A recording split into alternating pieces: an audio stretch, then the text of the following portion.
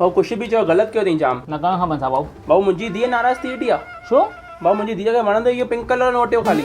वापारी पहिरियों फ़ोनूं कंदा हुया पेमेंट ॾियो पेमेंट ॾियो पेमेंट ॾियो, हाणे सभिनी खे एडवांस पेमेंट लई आहे। चवनि एडवांस रखो। मां छोकिरनि खे एडवांस हलाई आहे। छोकिरनि खे एडवांस चयोमांनि भाई पंहिंजो घरु ठारायो, लोन क्लियर कयो, सही कयो भाऊ एकदम। ख़ुशि जो काढी कया ॿ हज़ार घर में रखण खां छोकिरनि खे ॾिया न। भाऊ तव्हांखे ख़बर त एॾो नकली नोट ठातो हुई न इहो, मुंहिंजे पुट ने सेम ठातई। छा ॻाल्हि था कयो भाऊ?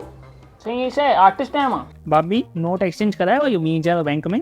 भाभी असां वटि आहिनि ई न नोट, किथां एक्सचेंज कराए अचूं? असां वटि आहे, असां वेंदासीं। तव्हांखे त चोरी आदत बि अथव त नोट त हूंदव ई न। अरे मस्ती थी कयां भाभी मस्त। 2003 खबर तव्हांखे? अरे भाई केरु आहे इहो? अरे हो असांजी लॉटरी खोली आहे, असां हवाले वारा आहियूं। 2003 छा 1500 रुपया ॻाल्हाई दो। रख फोन, दुबई मां फोन थी अचे। मां पाण पंहिंजे पुट खे झूठो सूफ़ वठी ॾिनोमांसि।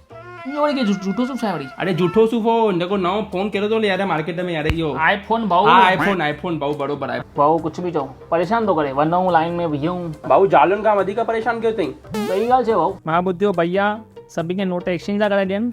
ॿियनि जे घर नज़रूं वारी आदत वही कान त वञा। अरे भाभी मस्ती कयो। नोट बंदि कया 20,000 मस्त कमु कयो अथई। भाऊ उहो त कयो अथई पर किराने धंधे में छाजी मगजमारी भाऊ। भाऊ जेतिरा ग्राहक ईंदा आहिनि न हा हुन खां वधीक माण्हू ईंदा आहिनि 20,000 नोट खणी। छुटा ॾियो। मेंबर जो फोन नगर सेवा कयो। अरे चेस वोट पोइ ॾियूं था न अरे यार। वोट लाइ पैसा लाइ फोन कयो अथई। घणो ॻाल्हायसि?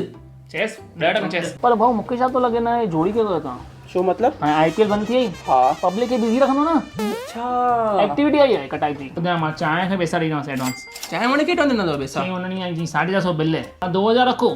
क्या 2 करोड़ 8 टका किथे अचो? चौंकी में अचो? चौंकी में लाल चक्की अटो चवंदो हूंदी अटे एरिया में। चौंकी कौन सा चौंकी? अच्छा पुलिस चौंकी तो चवई। रख फोन ते जा पुलिस।